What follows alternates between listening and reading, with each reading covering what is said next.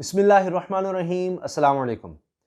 मरीम नवाज़ साहिबा के बेटे जुनैद सफदर साहब की शादी की तकरीबात कई रोज़ से जारी हैं और अभी कई रोज़ तक जारी रहनी है। वैसे तो 17 दिसंबर दावत वलीमा का कहा गया है, लेकिन शायद उसके बाद खाने और बहुत कुछ पता नहीं उसके बाद भी चलता रहेगा। अल्लाह ताला सबको खुश रखे और खुशियाँ दुबाला करे। मगर हो ये रहा है कि इस शादी के हवाले से या इस शादी की तकरीबात के हवाले से जिस तरह मीडिया कवरेज नज़र आ रही है, इस तरह तो बहुत बड़ी बड़ी सेलिब्रिटीज़ की कोई फिल्मी स्टार्स हों या दीगर लोग हों, उनकी भी कवरेज या ये चीज़ें नज़र नहीं आती। इतना लंबा चौड़ा इंतज़ाम कहें, ठीक है कि दौलत है, पैसा है और अल्लाह ने दिया है तो जी खर्च करना चाहिए और वो कर भी रहे हैं। लेकिन अखलाकी तौर पर ऐसे लगता है हमारे अकाबरीन, हमारे दीन को अगर देखा जाए कि दूसरों का ख्याल रखना चाहिए। ख़ास तौर पे जब आप अपने आप को लीडर कहते हैं, रहनुमा कहते हैं, तो फिर आपका कोई तो तर्ज़ ज़िंदगी ऐसा हो कि जो एक आम आदमी से रिलेट कर सके। यानी इतना फ़र्क है कि आपकी शादी की तकरीबात चलती चली जा रही हैं और उस पर कवरेज क्या हो रही है जी, नई वीडियोस आ गई, नए कपड़े, हर दफ़ा नया जोड़ा और पता नहीं किस तरह के जी लाखों के करोड़ों के खर्चे हो रहे हैं, कपड़े ही लाखों के हैं। तो आम आदमी क्या सोचेगा? पहले देखिए, मेरा ख़्याल है अगर मैं गलत नहीं हूँ तो मरियम साहिबा के वालिद साहब के दौर इक़्तिदार में वन डिश का हुआ कि जी बड़ा मुश्किल होता है, गरीब आदमी बोझ पड़ा। क्यों? जो अमीर होते हैं, जो अशराफिया होती है, वो आप यूँ समझ लें कि सोसाइटी में इस तरह के स्टैंडर्ड सेट कर रही होती है कि गरीब आदमी चले उस तक पहुँच तो नहीं पाता, लेकिन उसको देख ज़रूर रहा होता है कि अच्छा हम भी ये कर लें, कि अच्छा जी मेहंदी भी करनी है हमने, जी बारात का भी करना है, जी हमने वलीमे का भी करना है, ये है वो है, तो यहाँ माइयों भी हो रही है, फलां भी हो रहा है। कोई कहे अच्छा जी वो तो महीना महीना तकरीबात होती है, चलो हम 5-6 कर लें, कोशिश करेगा, अच्छा नहीं 3 कर लें, अच्छा जो नहीं कर सकेगा वो एहसास महरूमी उसके अंदर रहेगा। तो ये डिस्कनेक्ट बड़ा नज़र आ रहा है। अच्छी बात है जनाब, राहत फ़तेह अली साहब को बुलाया गया, अमीर लोग बुलाते हैं, बहुत अच्छी बात है जी, अच्छी बात है। लेकिन फिर आप कौमी लीडर कैसे रहेंगे? ये चीज़ आगे मैं समझता हूँ कि ये बात उठेगी, ये कहीं बातें होंगी कि ये मुसलसल इस तरह से शादी की तकरीबात पर तकरीबात होती चली जा रही हैं, उस पर इतना ज़्यादा पैसा और दिखाया जा रहा है, सारी दुनिया को दिखाया जा रहा है। यानी कतरीना कैफ और विकी कौशल वो भारत में वो जनाब एक जोड़ी है, उसकी शादी की तकरीबात ये वो पीछे रह गई हैं, ये आगे निकल गई है। अल्लाह ताला इनको खुश रखे, इत्तेफाक दे, मोहब्बत दे, दुआ करनी चाहिए, लेकिन इसमें एहसास भी होना चाहिए। और एक कोई आम आदमी, अमीर आदमी वो शादी की तकरीबात इस तरह से करे और हमारे यहाँ होता है, तो उस पर इस तरह से सवाल इसलिए होते हैं जी अमीर आदमी है, अल्लाह ने दिया जी खर्च कर रहा है, लेकिन वो उस पर वो लीडरशिप का, वो सियासी रहनुमा होने का उस पर टैग नहीं होता कि वो गरीबों की बात नहीं जाकर उस तरह से मीडिया में कर रहा होता या उनके हुकूक की बात नहीं कर रहा होता कि मुझे वोट दो, मुझे वज़ीर आज़म बनाओ, मैं तुम्हारे लिए लड़ूंगा, मैं करूँगा। और जनाब यहाँ पर गुर्बत है, यहाँ महंगाई है, चीनी नहीं मिल रही, जनाब ये है वो है, बेरोज़गारी है। भाई जिस आदमी को इस चीज़ का दूर दूर तक पता ही नहीं है कि गरीब के मसाइल क्या होते हैं, जब आप दिखा रहे हैं कि भाई ये देखो हमारे पास इतनी दौलत है, इतनी दौलत है, तो इससे हमें मना किया गया है कि इस तरह से मत करो, इतना ना दिखाओ। अगर अल्लाह ने आपको दिया भी है तो इस तरह ना करो कि जी वो दूसरे के दिल में हसरत जाग रही हो। इसलिए हमारे जितने बड़े लोग गुजरे हैं, जब वो रहनुमा बने हैं, तो आप देखें उनका तर्ज ज़िंदगी, आपको ये नहीं नज़र आएगा कि वो इस तरह से, वो मतलब अगर करते भी हैं तो ज़रा एहतियात से चलें, थोड़ा छुपा कर या किसी तरीके से। बहरहाल जनाब, ये तो एक अलग कहानी है। इस पर आप देख लीजिए कितनी हेडलाइंस, कितनी वीडियोस, ऑडियोज। आज जी जुनैद सफदर साहब ने गाना गाया, बहुत अच्छा गाया, कमाल कर दिया, राहत के सामने उनका गाना गा दिया, बड़ी अच्छी बात है। ये वो तकरीबात चल रही हैं, ये जोड़ा था जी, ये था जी, ये हुस्न था, ये फलां था, ऐसे था, ये जेवर इतना था, कैसा जेवर था, डिज़ाइन किसका पहना हुआ था, पता नहीं क्या कुछ।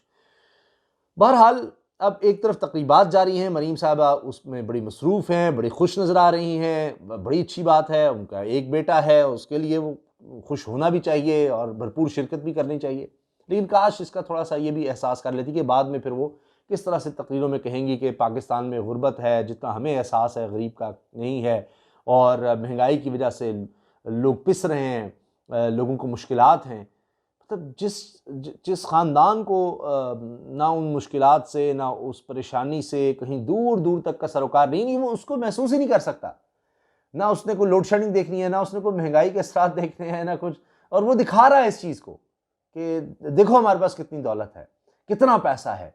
तो ये कैसे फिर आगे जाकर आप लोगों की, आवाम की बात करेंगे। वही बात हुई ना कि वो किसी रहनुमा जनाब डिज़ाइनर वेयर पता नहीं लाखों का जोड़ा पहना हुआ था और कह रहे थे हम महंगाई के खिलाफ एहतजाज कर रहे थे। तो किसी ने पूछ लिया कि मैडम आप देखिए तो सही, आप महंगाई के खिलाफ एहतजाज करने आई हैं, तो आपने तो पता नहीं कितना जो लिबास ही पहना हुआ है वो कितने का है। तो आइंदा उन्होंने कहा जी मैं अब एहतियात करूँगी, सादा लिबास में आऊँगी।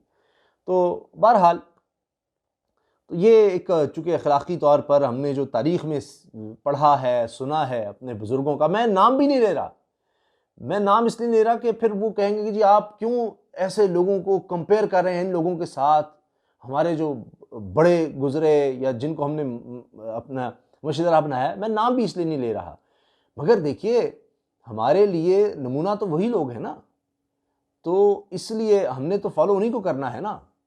जिस तरह हमें हुक्म ये दिया गया कि हम तो नबी करीम सल्लल्लाहु अलैहि वसल्लम की सुन्नत पर अमल करने का है, फिर आपके सहाबा हैं, फिर इसी तरह से और जो नेक लोग गुजरे हैं हमें उनको देखना है।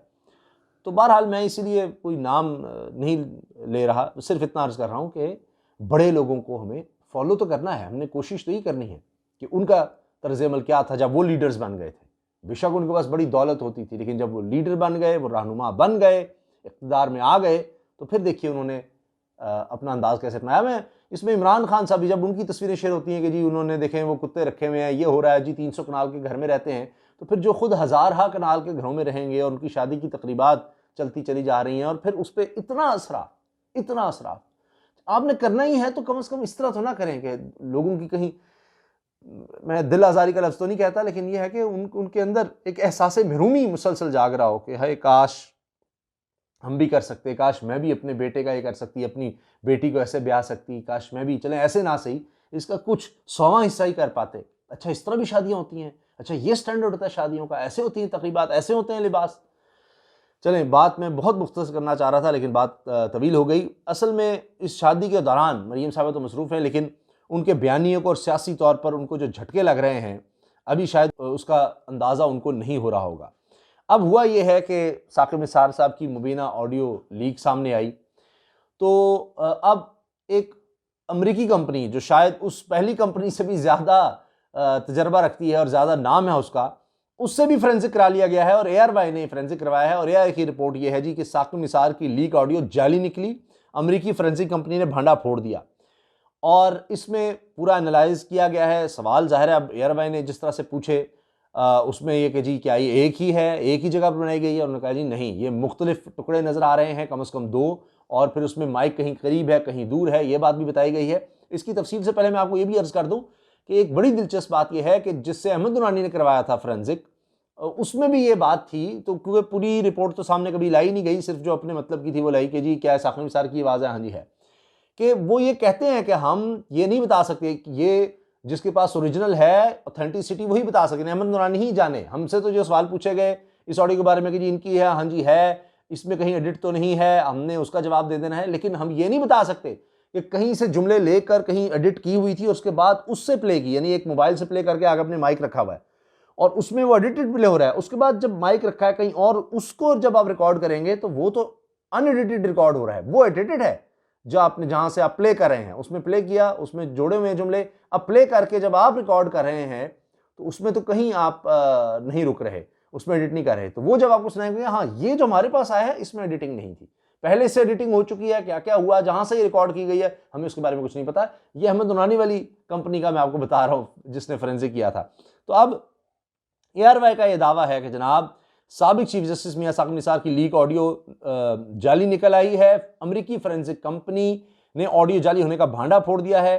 ARY न्यूज़ ने अहमद दुरानी की जानिब से लीक ऑडियो का फोरेंसिक करा लिया है, ऑडियो जाली निकली है।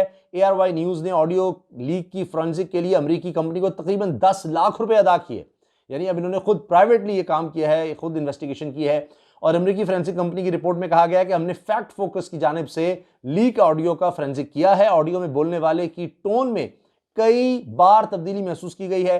45 सेकंड की ऑडियो में 25 सेकंड्स बाद आवाज में तब्दीली महसूस हुई। फोरेंसिक रिपोर्ट के मुताबिक आवाज में तब्दीली से पहले बोलने वाला काफी दूर से बोल रहा था, जबकि 25 सेकंड्स के बाद टोन तब्दील हुई और ऐसा महसूस होने लगा जैसे बोलने वाला माइक के करीब था। क्या फाइल में एडिटिंग का सुराग मिलता है? एआरवाई न्यूज के इस सवाल पर अमेरिकी कंपनी ने जवाब दिया कि फैक्ट फोकस की लीक ऑडियो क्लिप एक से जायद सोर्सेज जोड़कर बनाई गई। ऑडियो का एक हिस्सा अलग माहौल, दूसरा अलग माहौल में रिकॉर्ड किया गया। अमेरिका की ये कंपनी है जी, प्रेमो फोरेंसिक कंपनी, 30 साल से जायद ऑडियो वीडियो फोरेंसिक का तजर्बा रखती है। कंपनी के माहिरीन अब तक 5000 से जायद ऑडियो वीडियोस फोरेंसिक कर चुके हैं और प्रेमो फोरेंसिक के क्लाइंट्स में अमेरिकी रियासतों के अटॉर्नी जनरल्स के दफातर भी हैं और CNN, AP और दीगर बड़े इदारे भी इसके क्लाइंट्स में शामिल हैं। अब जनाब ये एआरवाई क्या है, इस पर शहबाज गिल साहब ने भी कहा है कि जनाब ये हमें पहले दिन से ही था। इत्तेज़ाज़ हसन कहते हैं जी ये जितने भी सबूत देंगे शरीफ खानदानी हमेशा जाली होंगे और अब अगर ये असली होती, शहबाज गिल साहब कह रहे हैं, तो ये क्यों नहीं अदालत लेकर जाते और मियाँ नवाज शरीफ को और अपने ख़ानदान को रिलीफ दिलवाते। अच्छा, एक तो ये बहुत बड़ा झटका है मरीम साहबा के लिए कि उनका ये जिस तरह भी बयानियाँ, ये ऑडियो वो सामने ला रही है वो सब फेल होता चला जा रहा है। इसी में अगर आप देखें कि इसका एक तसलसल हमें नज़र आता है, राना शमीम का बयान हल्फी वो भी इसी से जुड़ता है। उस पर अब 4 बयान हल्फी अदालत ने मांग लिए हैं। उसमें जंग जियो ग्रुप के भी 3 बयान हल्फी आएंगे, कौन सच्चा है कौन झूठा है उसमें अब और चीज़ें निकलेंगी और अदालत कह रही है कि ये मुसलसल एक बयानिया बनाया जा रहा है। ये ऑडियो भी उसका हिस्सा है, वो नज़र आता है बयान हल्फी भी। तो वो एक मरीम साहबा के लिए अलग एक दर्द सर बनेगा जब वो दोबारा सियासत में आएंगी, तो इसका भी उनको जवाब देना पड़ेगा कि वो तो बात नहीं बन रही, उसको क्यों नहीं लेकर गए अदालत में। तो वो एक मसला उनके लिए अलग बनता चला जा रहा है और उससे जो मकासद हासिल होते हैं वो नहीं हुए। तो दूसरा मसला उनके लिए, दूसरा झटका ये बनता नजर आ रहा है। एक तो ये कि एक फोरेंसिक करवाया एआरवाई ने और उसमें वो जाली निकल रही है। दूसरा मैंने आपको बता दिया बयान हल्फी वाला मामला। तीसरी चीज़ ये है कि मरीम साहिबा के बहुत ही अहम, बहुत ही करीबी और उनका बड़ा साथ देने वाले शाहिद खाकान अब्बासी साहब, सीनियर उनके लीडर हैं जनाब नून लीग के और साबिक़ वज़ीर-ए-आज़म हैं, उन्होंने मरीम साहिबा का साथ छोड़ दिया, उनको धोखा दे दिया है। वो इस तरह से कि वो तो कह रहे हैं कि जी जो पार्टी सदर होता है, रिवायत यही है कि वही फिर वज़ीर-ए-आज़म का उम्मीदवार होता है। शहबाज शरीफ साहब भी, जब भी इलेक्शन हुए हमारे उम्मीदवार वज़ीर-ए-आज़म के लिए शहबाज शरीफ साहब ही हैं और मरीम साहिबा तो इलेक्शन लड़ नहीं सकती, नाअहली है उनके ऊपर, तो इस वजह से। अच्छा, अब मरीम साहिबा और नवाज शरीफ के तर्जुमान क्या कह रहे हैं, मोहम्मद ज़ुबैर साहब, वो ये कह रहे हैं कि जी मैं वाज़े कर दूं कि मरीम साहिबा ख्वाहिशमंद हैं वज़ीर-ए-आज़म बनने की, वज़ारत उज़्मा की ख्वाहिशमंद मरीम साहिबा हैं। साथ में कहते हैं कि हाँ वो पाबंद हैं पार्टी डिसिप्लिन की, वो पार्टी जो फैसला करे वो, लेकिन वो खुद बनना चाहती हैं। केस बड़ा कमज़ोर है तो उनको उम्मीद है कि जनाब उस केस का कुछ नहीं बनेगा और वो अहल हो जाएंगी इलेक्शन लड़ने के लिए और ज़ाहिर है कि फिर वो ज़ुबैर साहब के कहने के मुताबिक उम्मीदवार वही हैं वज़ारत उज़्मा की। और बाकी वो कह रहे हैं कि जी हम क्लीन स्वीप मरीम के बगैर नहीं कर सकते, मरीम क्राउड पुलर हैं, मरीम जो है ना वही हैं जिनके ऊपर लोग निकलते हैं, नहीं वो जलसों में आए। तो ये सब बात, अब ज़ुबैर साहब एक बात कर रहे हैं, शाहिद खान अब्बासी साहब दूसरी बात कर रहे हैं, दीगर लीडर भी करते हैं, लेकिन शाहिद खान अब्बासी तो मरीम कैंप के समझाते थे क्योंकि शहबाज शरीफ से वादा करके बनाया शाहिद खान अब्बासी को ही था वज़ीर-ए-आज़म नवाज शरीफ साहब ने। तो अब उनका ये कहना ये एक बड़ी अजीब बात है कि शहबाज शरीफ जो हैं वो उम्मीदवार हैं, तो ये यकीनन मरीम साहबा के लिए एक बहुत बड़ा धचका है। और इस पर अब फवाद चौधरी कह रहे हैं जी इससे डिवाइड और ज़्यादा वाज़े हो गई है, वो बयानी की जंग जो है अब तो वजारत की जंग बन गई है और ये असल में विरासत की जंग एक तरह से बनती नज़र आ रही है। तो नून लीग कैसे इलेक्शन लड़ेगी जब अंदर इतना ज़्यादा इख्तिलाफ, इतना ज़्यादा खलफशार होगा। आपकी इस बारे में क्या राय है, ज़रूर आगाह कीजिएगा। अल्लाह हाफ़िज़।